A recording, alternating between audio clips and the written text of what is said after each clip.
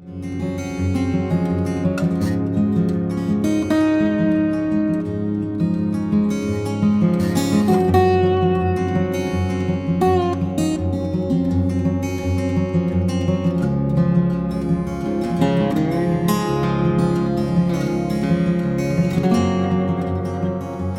வணக்கங்க. இன்னைக்கு நம்ம ஈரோடு அம்மாச்சி சமையல் கிச்சனில் என்ன பண்ண போகிறோம் அப்படின்னு பார்த்தீங்கன்னா, இன்னைக்கு ஒரு சூப்பராக நல்ல அருமையான முருங்கைக்காயும் கத்திரிக்காயும் வச்சுட்டு தான் இன்னைக்கு ஒரு அருமையான குழம்பு ஒன்று செய்ய போகிறோம். இந்த குழம்பு பார்த்தீங்கன்னா முருங்கைக்காய் அப்படின்னாலே முருங்கைக்காயோட மனத்திலேயே ஒரு தட்டு சாதம் போட்டு வச்சாலும் சாப்பிட்ருவாங்க. இன்னைக்கு இன்னும் கொஞ்சம் கூடுதலாக அதுக்கு நல்லா டேஸ்ட் கொடுக்குற மாதிரி இந்த குழம்பு வைக்கலாம். வாங்க இதை வந்து எப்படி டேஸ்ட்டாகவும் ரொம்ப ஈஸியாகவும் எல்லாருக்கும் பிடிச்ச மாதிரியும் செய்யலாங்கிறத இந்த வீடியோக்குள்ளே போய் பார்க்கலாம். நம்ம ஈரோடு அம்மாச்சி மசாலா வகைகள் எல்லாமே ஃபர்ஸ்ட் குவாலிட்டி இன்க்ரீடியன்ட்ஸ் தான் பயன்படுத்துகிறோம்.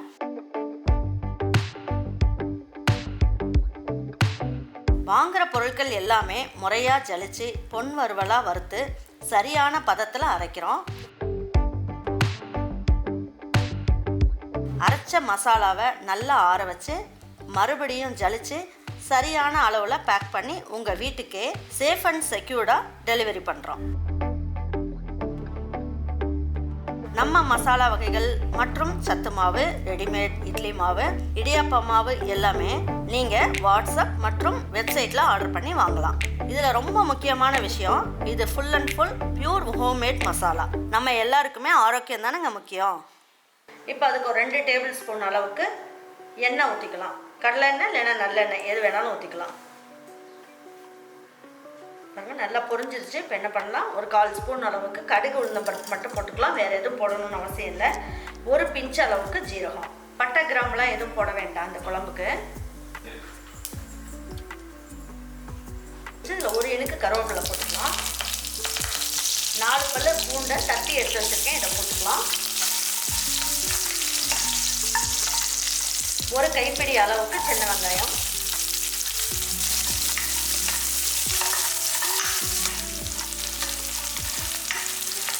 வெங்காயம் இந்த அளவுக்கு நல்லா வதக்கிக்குவோம்.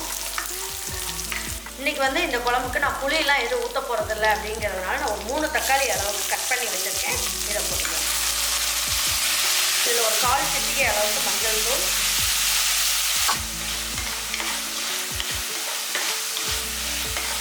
சரி இந்த குழம்புக்கு தேவையான அளவுக்கு உப்பையும் இந்த ஸ்டேஜில் போட்டுடலாம். இப்போ தக்காளி எல்லாம் நல்லா வதங்கும், அதுக்காக இந்த ஸ்டேஜில் போட்டுக்கலாம்.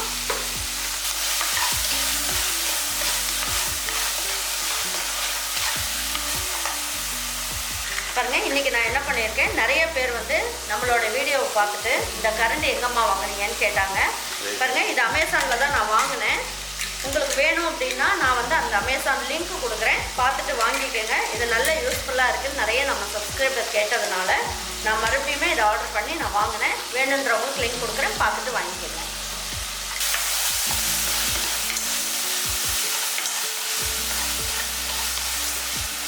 பாருங்கள், இந்த அளவுக்கு நல்லா கொலைய நல்லா வதக்கிடணும். இதில் பார்த்தீங்கன்னா நான் பெரிய முருங்கைக்காயாக ஒரு முருங்கைக்காய் எடுத்தேன். சின்ன முருங்கைக்காய் இருந்தால் 2 முருங்கைக்காய் போட்டுக்குங்க.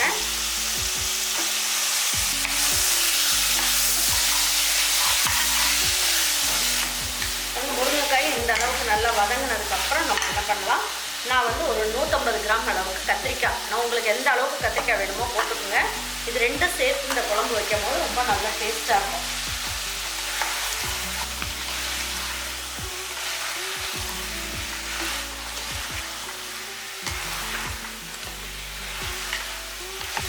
இது நம்ம வீட்டு குழம்பு மிளகாய்த்தூள், இதில் 2 ஸ்பூன் அளவுக்கு போட்டுக்கலாம். உங்ககிட்ட வந்து மட்டன் மசாலா இருந்தாலும் நீங்கள் போடலாம், அந்த குழம்புக்கு நல்லாயிருக்கும்.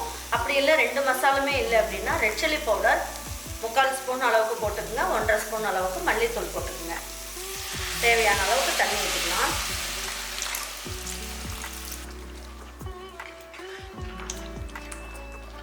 நமக்கு இதுக்கு புளியெல்லாம் எதுவும் ஊற்ற போகிறது கிடையாது. தக்காளியில் உள்ள புளிப்பு தான் இது.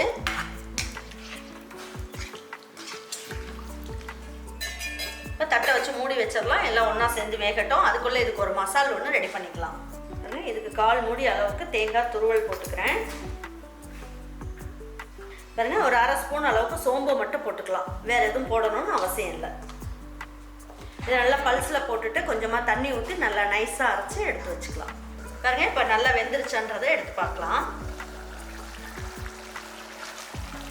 பாருங்க முருங்கைக்காய் கத்திரிக்காய் எல்லாமே நல்லா வெந்துருச்சு. பாருங்க நான் அந்த குழம்பு வச்சுட்டு இருக்கும் போதே இந்த முருங்கைக்காயும் கத்திரிக்காயும் வாசம் வரதை பார்த்துட்டு என் பொண்ணே வந்துட்டா.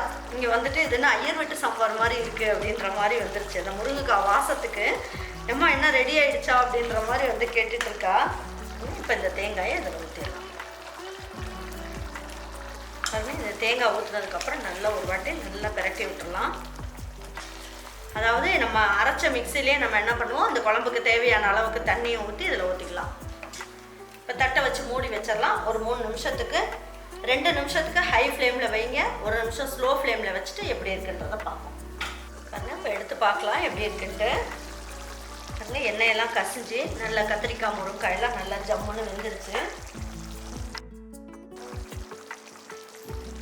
நல்ல மல்லி இலையை ஃபைனலாக தூவிட்டு எடுத்து வச்சு பரிமாறிக்கலாம். இந்த அளவுக்கு கெட்டியாக இருந்தாலே இந்த குழம்பு வந்து நல்ல டேஸ்ட்டாக இருக்கும். வாங்க இப்போ இதை எடுத்து வச்சு பரிமாறிக்கலாம்.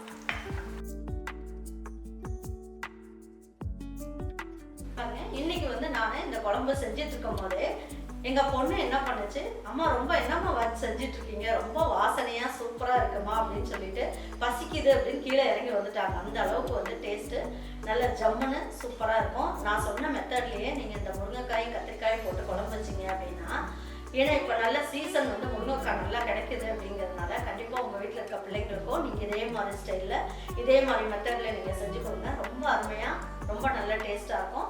இந்த மிளகாய்த்தூள் இல்லைனாலும் பரவாயில்ல, வேறு என்ன போடலாங்கிறதையும் நான் சொல்லியிருக்கேன். நீங்கள் உங்கள் வீட்டில் இருக்கவங்க எல்லாருக்குமே செஞ்சு கொடுத்துட்டு அவங்களுக்குலாம் பிடிச்சிருந்ததுன்னா லைக் பண்ணுங்கள், ஷேர் பண்ணுங்கள், சப்ஸ்கிரைப் பண்ணுங்கள், மறந்துடாமல் கமெண்ட்ஸ் பண்ணுங்கள். தேங்க்யூ ஃபார் வாட்சிங் ஈரோடு அம்மாச்சி சமையல்.